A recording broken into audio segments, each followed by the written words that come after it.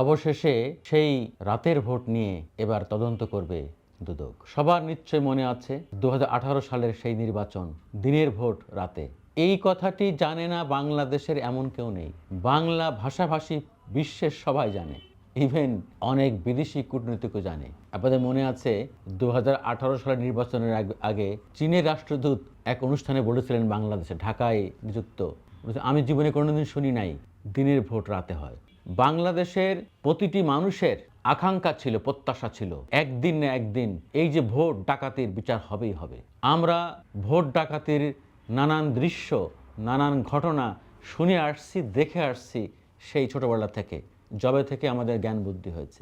Vote সেন্টারে মারামারি, ধাওয়া পাল্টা ধাওয়া, ব্যালট ছিনতাই, জাল ভোট মারা ইত্যাদি, ভোট গণনার সময় কারচুপি করা, কম বেশি আমাদের দেশের এই চিরাচরিত চরিত্র থেকে আমরা কোনোদিন ফিরতে পারিনি।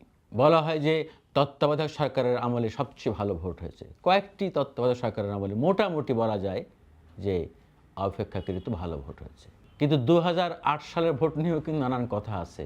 আওয়ামী লীগের এইরকম অস্বাভাবিক আসন পাওয়া নিয়ে সেই মঈনুদ্দিন ফখরুদ্দিনদের অনেক ষড়যন্ত্রের কথা আমরা শুনতে পাই। আওয়ামী লীগকে একক সংখ্যাগরিষ্ঠ ক্ষমতা না দিলে সেই 1-11 গভর্নমেন্টের যারা কুশীলব তাদের বাঁচানো যাবে না। আওয়ামী দুঃশাসনের সেই কুখ্যাত 2018 সালের নির্বাচনের রাতের ভোট 30 ডিসেম্বরের, সবাই যখন নির্বাচনের প্রস্তুতি নিয়ে মাঠে নামছে, পরের দিন ভোট, একেবারেই সন্ধ্যা পর্যন্ত, কোথাও কোথাও রাত 8টা পর্যন্ত একেবারে পিন পতন। ভোটের প্রস্তুতি এমনভাবে নেওয়া হয়েছে কারোর বোঝার উপায় নাই এই ভোট কারচুপি হবে। সবাই ধরে নিয়েছিল যে আওয়ামী লীগ ভালো হয়ে গেছে, একটা অবাধ সুষ্ঠু নিরপেক্ষ নির্বাচন দিতে যাচ্ছে। কিন্তু এরকম একটা যে ভয়াবহ চক্রান্ত ছিল তা বাংলাদেশের কেউ আজ করতে পারেনি। ওই একটি গ্রুপ চক্র ছাড়া বেশিরভাগ ভোট কেন্দ্রে রাত 8টার পর থেকে শুরু হয়ে যায় ব্যালট বক্সে সিল মেরে মেরে ব্যালট পেপার ঢোকানো। আমি তখন একটি কেন্দ্রের কথা বলতে পারি যে এই যে ঢাকা 1 আসন নবাবগঞ্জ দোহার, এখানে অ্যাডভোকেট সালমা ইসলাম উনি নির্বাচন করতে গিয়েছিলেন। ব্যাপক নির্বাচনের প্রস্তুতি হয়েছিল, বিপক্ষে ছিলেন সালমান এফ রহমান।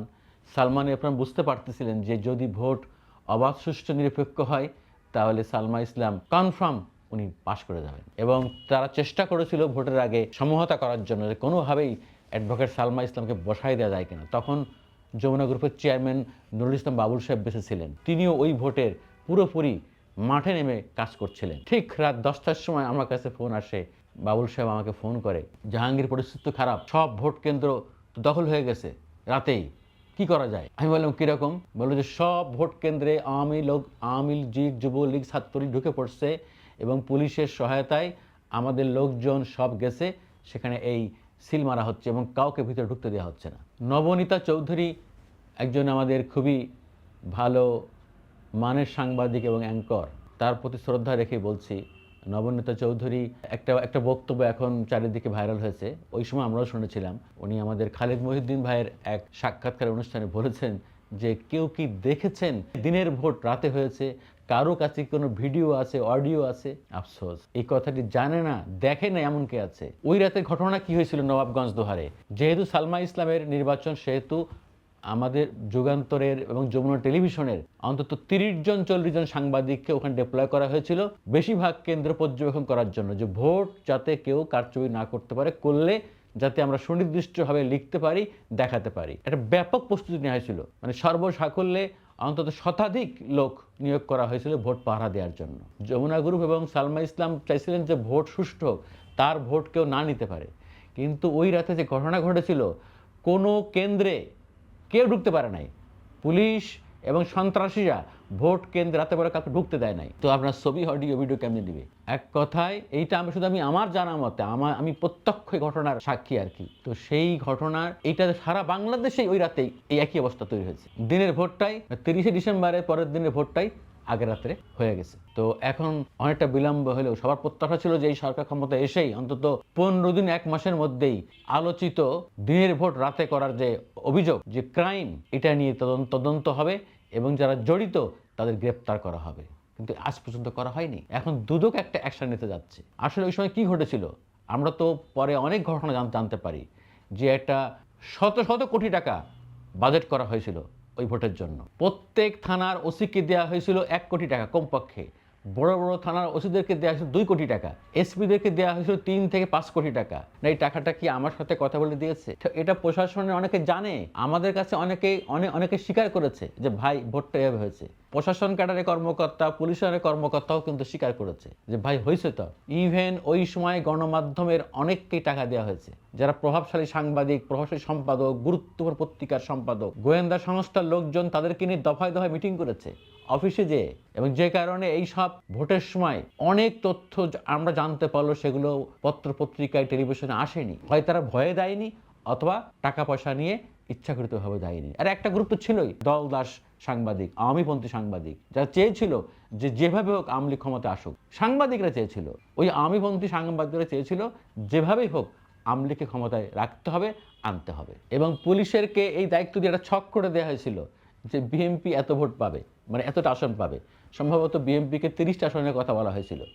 কিন্তু পুলিশের এই যে বাড়াবাড়ি টাকা পয়সা লেনদেনের কারণে ওই সময় এমন অবস্থা তৈরি হয়েছিল যে আওয়ামী লীগের কোনো এমপি হাঁটতে চাননি, যে তাদের প্রত্যেকেই জিতিয়ে দিতে হবে। যে কারণে মনে হয় বিএনপি 7 থেকে 8টা আসন পেয়েছিল। পরে এই বিষয়টা নিয়ে তৎকালীন প্রধানমন্ত্রী শেখ হাসিনা পুলিশের উপরে উনি উষ্মা প্রকাশ করেছিলেন, তোমাদেরকে এরকম দায়িত্ব দেওয়া হলো আর তোমরা এইভাবে করলা। এটা কিন্তু আমরা পুলিশের কাছ থেকে শুনেছি। আপনারা দেখেছেন কি নির্লজ্জভাবে ভোটের পরের দিন সমস্ত পুলিশের বড় বড় কর্মকর্তারা ওই গণভবনে প্রধানমন্ত্রী কার্যালয়ে গিয়ে ফুলের তোড়া দিয়ে প্রধানমন্ত্রীকে শুভেচ্ছা জানিয়েছেন, অভিনন্দন জানিয়েছেন। এখন দুদকের পক্ষ থেকে একটা কমিটি করা হয়েছে, এবং কারা কিভাবে ওই রাতের বেলা ভোট কারচুপি করেছে, দিনের ভোট রাতে করেছে, সেই সমস্ত পুলিশের আইজি, সাবেক IGP, DC, SP, UNO, returning কর্মকর্তা, কনসার্ন যারা এই ভোটের সঙ্গে এই ভোট মেকানিজমে জড়িত ছিলেন, তাদের বিরুদ্ধে তদন্ত তারা শুরু করে দিয়েছে। আমি আশা করব যে এটি অত্যন্ত একটি বড় উদ্যোগ, জনগণের আকাঙ্ক্ষার উদ্যোগ। দুদক যেন কঠোর হস্তে এই বিষয়টি দেখে এবং পুঙ্খানুপুঙ্খানুভাবে তদন্ত করে। এর সঙ্গে যারা যারা জড়িত প্রত্যেককেই আইনের আওতায় আনতে হবে, যাতে ভবিষ্যতে কেউ এই ভোট নিয়ে ন্যূনতম কারচুপি করার সাহস না পায়। ভোট জনগণের সবচেয়ে অন্যতম অধিকার। ভোটের মাধ্যমেই প্রত্যেকটা নাগরিক তার নেতা নির্বাচন করে, তার শাসক নির্বাচন করে, তাকে কে আইনের দ্বারা শাসন করবে সেই প্রতিনিধি নির্বাচন করে, সেই সেবক নির্বাচন করে। আর আওয়ামী লীগের আমলে 2014, 18, 24 জনগণের সেই হক, সেই আমানত কেড়ে নেওয়া হয়েছে। আর এই কেড়ে নেওয়ার পিছনে সহায়তা করেছে যারা ভোটের সঙ্গে জড়িত, সেই সব সরকারি কর্মকর্তারা, সেই সব আমলারা, পুলিশের লোকজন, নির্বাচন সংশ্লিষ্ট কর্মকর্তারা এবং গণমাধ্যমের লোকজন। এই সমস্ত জড়িতদেরকে, যারা জড়িত, প্রত্যেকের বিরুদ্ধে তদন্ত করে দৃষ্টান্তমূলক ব্যবস্থা নিতেই হবে।